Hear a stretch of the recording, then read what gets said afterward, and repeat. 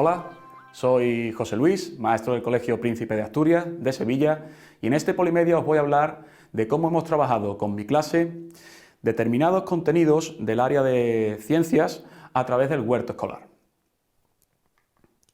El huerto escolar se convierte en un entorno apetecible para el alumnado porque para ellos ya de por sí el hecho de salir de clase se convierte en algo atractivo, pero además suele tener una especial ilusión a la hora de poder sembrar, de poder recolectar algo que ellos han trabajado.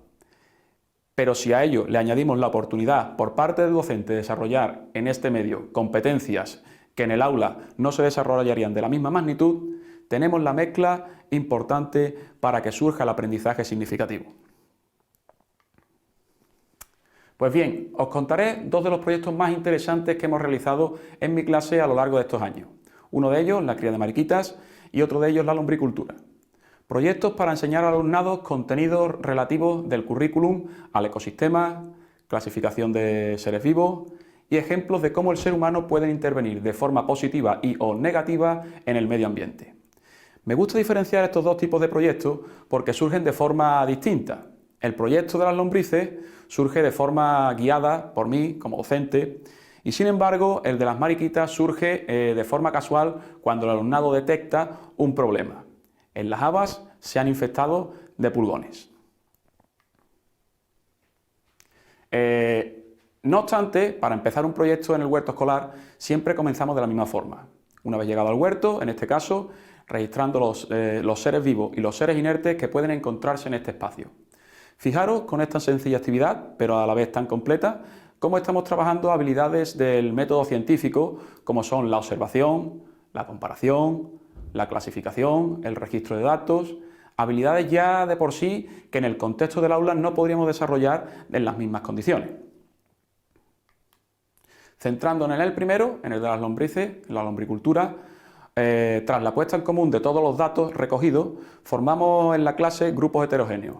Empezamos a resolver una duda planteada por mí como maestro y la duda fue ¿por qué están aquí estos seres vivos?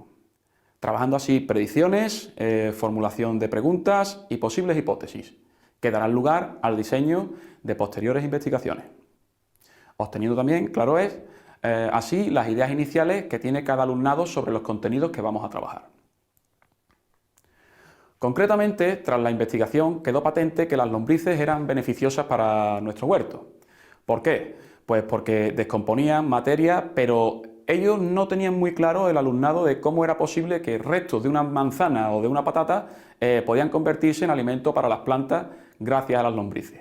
Por lo que decidimos observar la vida de las lombrices y ello desembocó en la creación de un lumbricario para hacer humus de lombriz para nuestro huerto y para ello fue algo muy interesante. Comprobar si teníamos la variable, por una parte teníamos que comprobar si la variable de humus de lombriz, en una parte del huerto sembrada con humus de lombriz y otra parte que no estaba sembrada con humus de lombriz. Pues con la ayuda de la familia y tras consultar los pasos del vídeos tutoriales, buscamos en internet y pudimos construir un lumbricario.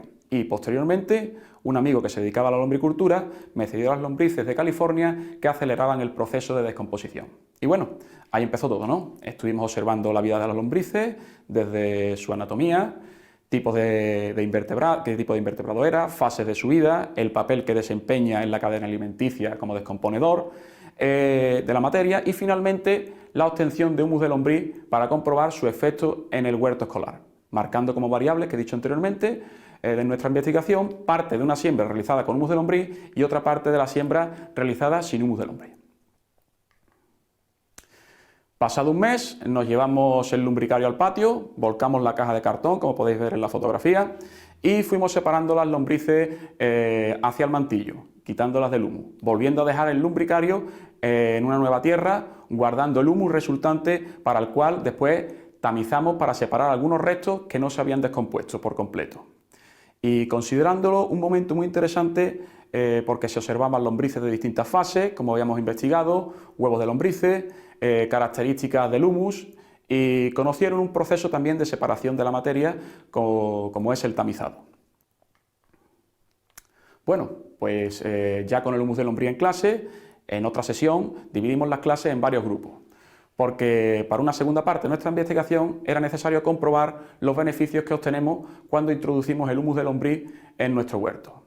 En los grupos, como podéis ver, uno se encargaba de la cartelería, otro del reparto de las distintas semillas, otros chicos eran los encargados de mantener la proporción del 30% de humus con el 70% de mantillo, y en los distintos semilleros, como podéis observar, también había semilleros de distintas clases, ¿vale?, para comprobarlo. Otro grupo transportaba el humus y el mantillo, y otros se encargaban de los sacos para que no hubiese tierra afuera. Otras personas también estaban al cuidado de los vasos para que no se derramase la tierra, ¿vale?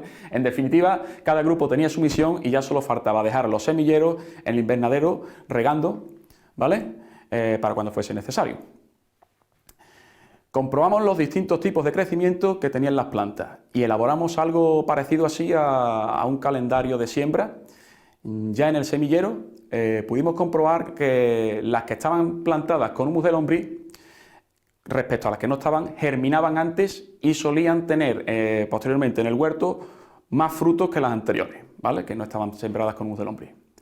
Un último paso antes de cerrar la investigación es volver a las hipótesis e ideas iniciales que tenían en un principio, viendo el avance que han tenido en sus conocimientos. Es algo muy importante para afianzar el aprendizaje.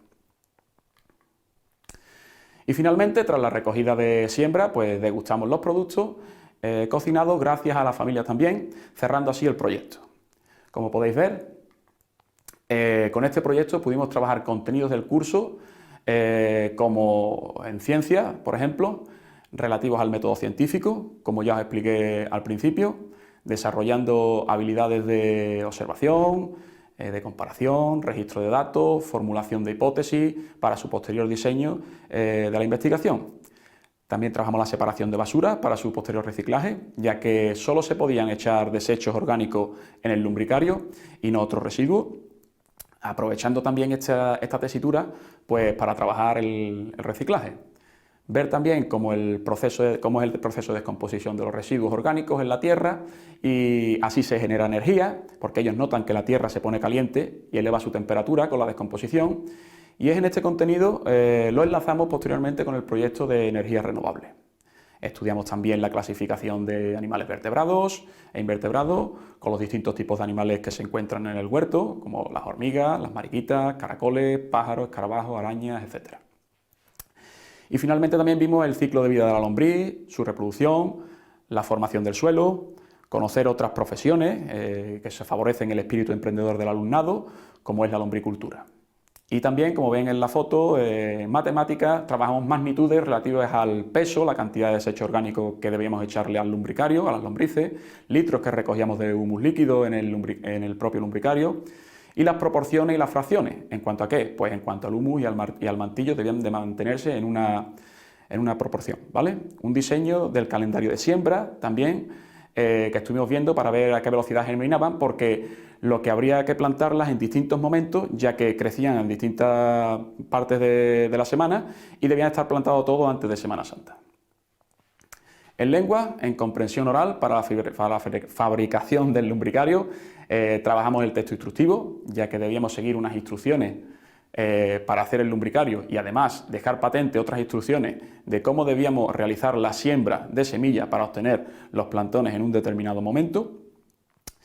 Y trabajamos también cómo podíamos dirigirnos a través de una carta a algunos youtubers, eso les gustó mucho, para que nos diese consejos en nuestro huerto escolar. Muy motivador fue el hecho de recibir vídeos de otras personas, como el de la huertina de Tony de YouTube, ¿vale? Os dejo una muestra para que lo veáis. Hola amigos de la huertina de Tony, bienvenidos a un vídeo más donde hoy quiero mandar un saludo muy especial a los niños y niñas del Colegio Príncipe de Asturias de Sevilla, que me han dicho que estáis haciendo un verdadero esfuerzo por sacar adelante vuestro huerto, y la verdad que me motiva muchísimo saber que, bueno, que estáis ahí dando fuertemente a la azada. Mucho ánimo, chicos, la verdad que vais a poder disfrutar enseguida de muy buenas cosechas, y si no, no pasa nada, siempre si se falla hay que volver a intentarlo. Bueno, un besito y un abrazo enorme, un saludito, hasta luego.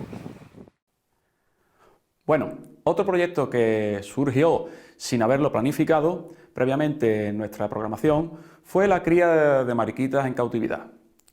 Partió de la observación de un grupo de alumnos y alumnas que se dieron cuenta de que en las plantas de habas había hormigas que subían y bajaban. Entonces, captada la atención de gran parte del alumnado, comenzamos a observar cuáles eran las plantas que tenían hormigas y cuáles eran las que no tenían. Y eran las habas las que solían tener más hormigas. Sabíamos que las hormigas estaban presentes en nuestro huerto, pero que nunca las habíamos visto subir y bajar de las plantas. Hasta que tras observar detenidamente, pues se dieron cuenta de que las hormigas había unos bichitos negros minúsculos que según las palabras de ellos, pues era algo que no era bueno o que no era normal en las habas. Bien, igual que las lombrices, tras la observación, buscamos información y nos dimos cuenta de que nuestras hipótesis eran ciertas. Esos bichitos negros que averiguamos que eran pulgones, pues efectivamente eran perjudiciales y que había maneras efectivas, sobre todo de carácter preventivo, pero no tan eficaces cuando la plaga estaba ya instalada. Aún así, un alumno pues, había traído un remedio que eran infusiones de ajo, que había mezclado con su madre al 50% y lo echamos en las plantas, sobre todo en las que todavía no habían sido atacadas por el pulgón. Y también decidimos otra forma de quitarlo, que podía ser manual. Y según iban quitando los pulgones, el alumnado decía que las hormigas se ponían nerviosas, según sus palabras, cada vez que quitábamos los pulgones. Con lo cual, investigando hormigas y pulgones, esta vez pues nos dimos cuenta de que los pulgones y las hormigas pues, tenían como una relación de amistad al que le dimos su nombre, mutualismo. Fue un momento clave para mí como docente este punto, ya que me di cuenta de que podíamos trabajar la clasificación de animales según su tipo de alimentación, trabajar también las cadenas tróficas y a su vez las relaciones que surgen entre los distintos seres vivos del huerto. No me había dado cuenta hasta ahora y tenía delante de mí relaciones de parasitismo entre el pulgón y la planta. Después incluso pudimos observar que existía otra planta parásita, que era el jopo de lava, mutualismo entre el pulgón y la hormiga.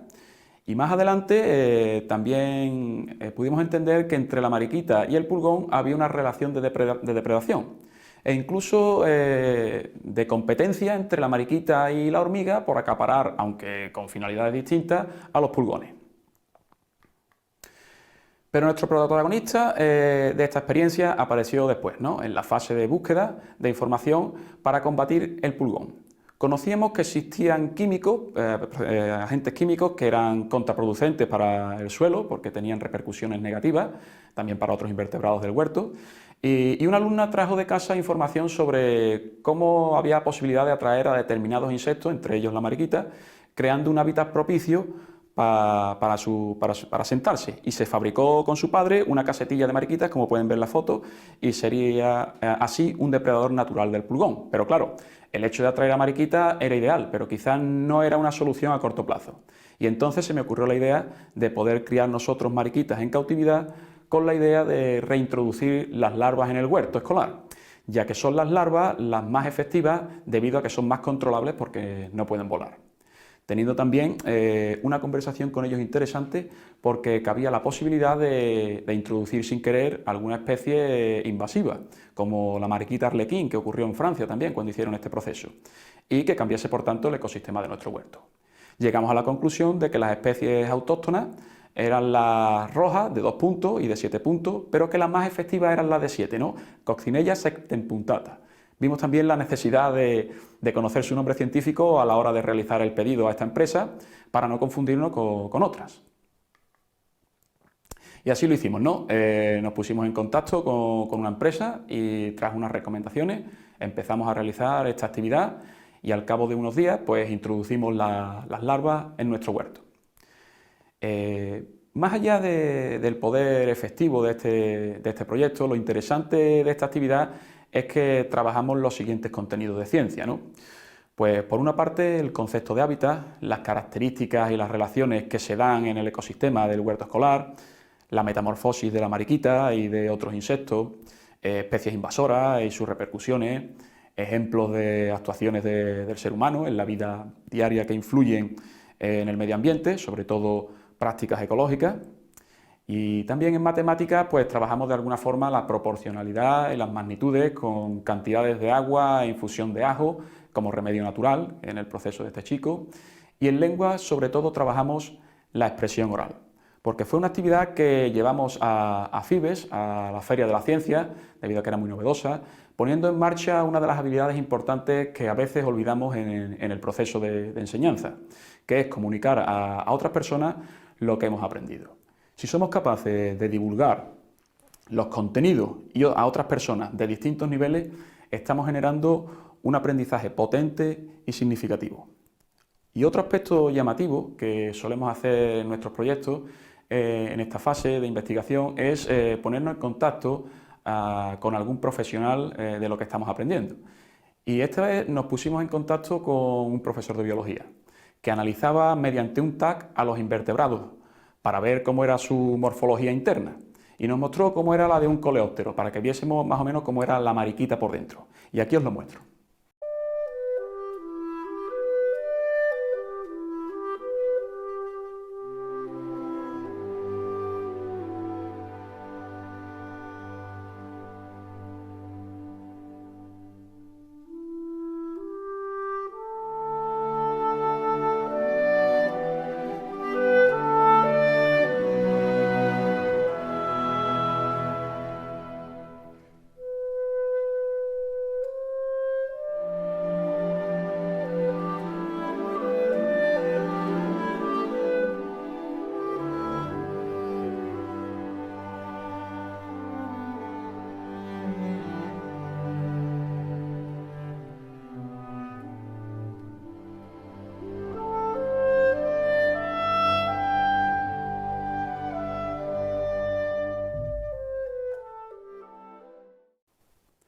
Y antes de finalizar este Polimedia voy a puntualizar algunos aspectos que hacen posible trabajar de esta forma en el centro o en el aula, ¿no? Lo primero que me gustaría resaltar es que nos replanteásemos la forma de enseñar ciencia. Me marcó mucho la anécdota que recoge el libro La pedagogía contra Frankenstein de Santos Guerra, donde un padre le pregunta por el resultado del examen a su hijo y este le comenta que le había salido mal. Le vuelve a preguntar el papá diciendo que si recuerda algún tipo de pregunta que había fallado. Y el niño le contesta que le preguntaron cómo vivían las vacas. Y él respondió que las vacas pues vivían bien. Eso que su padre extrañado de la respuesta y de cuál podía ser la respuesta adecuada, el niño le dijo que su maestro le había dicho que tenía que poner lo que decía el libro. Las vacas vivían en ganadería intensiva o extensiva. Claro, ello nos lleva a reflexionar que el alumno no entendía que era una ganadería extensiva ni una ganadería intensiva, pero que si memorizaba esas palabras, la evaluación pues sería positiva. Por tanto, y me incluyo yo, hemos enseñado ciencia como algo que debemos memorizar y soltarlo tal cual. Y entonces debemos considerar que el aprendizaje de la ciencia no consiste en eso, en llenar de contenidos la cabeza del alumnado mediante una repetición de esos conceptos, sino que lo más importante no es dotar al alumnado de esos contenidos, sino ir un poco más allá y dotar al alumnado de habilidades necesarias para alcanzar dichos contenidos. Y mediante esos contenidos, valga la redundancia, pues, y habilidades que el alumnado irá encontrando, herramientas para resolver los problemas que se le van a ir planteando en las clases. Si trabajamos proyectos, ¿hasta dónde o hasta qué punto puedo profundizar? ¿Hasta qué punto cojo el libro de texto o hasta qué punto estoy haciendo lo correcto? Pues bien, debemos considerar que el proyecto, el libro de ciencias que utilicemos o cualquier actividad que consideremos relevante no deben de ir en paralelo una con la otra, sino que deben ser medios necesarios para abordar los contenidos que nos marca la ley vigente en ese momento. Estaremos haciéndolo correctamente si podemos justificar con la ley y trabajamos todos los aspectos que nos marca la normativa y así conseguimos hacer, si conseguimos hacer esto, pues estaríamos acercándonos a impartir clases de otra forma, con lo cual estaríamos, bajo mi punto de vista, en el camino correcto. En cuanto a qué características deben tener las clases que impartimos, encontré una frase que engloba bastante bien la idea de enseñar que intento llevar a cabo en mis clases. Rozada dice que deberíamos enseñar un conocimiento tan disciplinar como sea necesario para que no sea meramente vulgar, pero que a la vez sea indisciplinado, tanto como sea preciso, para que llegue a conectar con los alumnos y su mundo. Y al mismo tiempo, esto es muy importante, tan práctico como haga falta para que no sea solo repetido en situaciones de examen. Muchos de ustedes también se preguntarán cómo llevamos a cabo la evaluación. ¿Cómo evaluamos a estos niños y niñas que ahora no se limitan a contestar lo que viene en el libro? Pues bien, lo ideal es tener en cuenta que el alumnado se va a mover en 3 niveles. El descriptivo, donde el alumno es capaz de narrar lo que ve, como por ejemplo hay una planta de habas en las que hay pulgones y hormigas que suben y bajan. Otro conocimiento más complejo sería un nivel explicativo. Es capaz de explicar, por ejemplo, también que los pulgones están porque se alimentan de la planta y que las hormigas aprovechan la melaza que los pulgones van desprendiendo y por eso están juntos.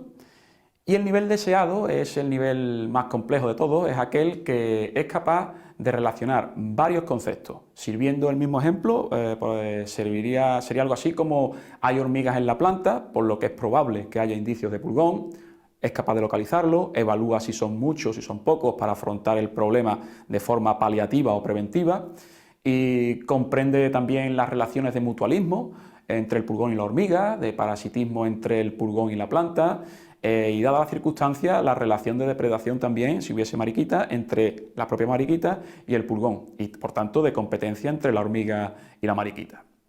En definitiva, debemos conocer también como docentes y también los alumnos y las alumnas las ideas e hipótesis iniciales sobre el tema en cuestión, las cuales pues, deben ser registradas y expuestas en el aula para así volver sobre las mismas a lo largo del proceso de aprendizaje. Una vez conocidas estas ideas ideales, pues se diseñan y se trabajan una serie de actividades en torno a las mismas, que pueden ser muy variadas. Consultas a otras personas, como la familia, los docentes, compañeros, entrevistas a adultos, y en distintos tipos de medios también podemos consultar, pues libros, vídeos, internet, visitas o excursiones que propicien la observación directa de este fenómeno. Y bueno, en definitiva, estas actividades nuevas promoverán así un contraste de ideas iniciales con las finales. Y el alumno le obliga a reestructurar sus esquemas mentales, viendo así distintos niveles de pensamiento, los cuales nos pueden servir a nosotros en nuestra evaluación, y si conseguimos verlo como evaluadores, pues conoceremos los distintos niveles de conocimiento que nuestros alumnos se encuentran, y ello nos servirá positivamente para nuestra evaluación. Y para finalizar, me han preguntado a veces si este tipo de metodología o de dar clases de ciencias al alumnado de primaria está limitado a infantil. Pues bien, os muestro un ejemplo de cómo Álvaro, un niño de 4 años, con su hermano José Luis de 6, han realizado el trabajo de las mariquitas en esta etapa. Aquí os lo dejo.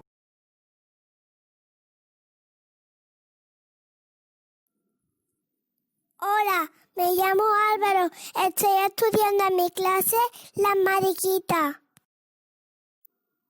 Mi padre me dijo que hay una especie de mariquita cerca de mi casa. La mariquita tiene 2 antenitas, una cabecita, 2 élitros, 6 patitas y de color naranja.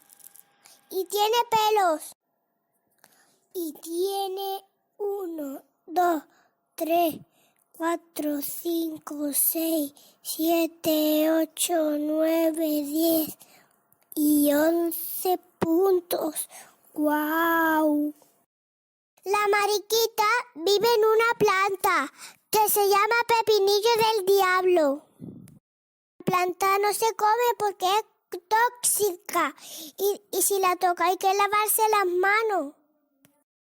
Esta mariquita es muy especial, no come pulgones como los demás, come flores. Muy pocos animales comen esta planta. Ya os dije que es tóxica, pero ella está acostumbrada. Esta mariquita, cuando la coges, echa un líquido amargo para defenderse y se hace la muerta. Mamá mariquita pone los huevos debajo de una hoja para que no se mojen en la lluvia. Del huevo sale la larva, que es de color amarilla y negra. La larva se alimenta de la flor hasta que va creciendo y se hace mayor. Cuando ya grande, se queda dormida y se convierte en pupa. Cuando se despierta de su metamorfosis, ya es una mariquita. Cuando la mariquita sea mayor, ya pondrá huevos otra vez. No sabía que esta mariquita vivía cerca de mi casa. Ha sido muy divertido conocerla. Hasta pronto, amigos.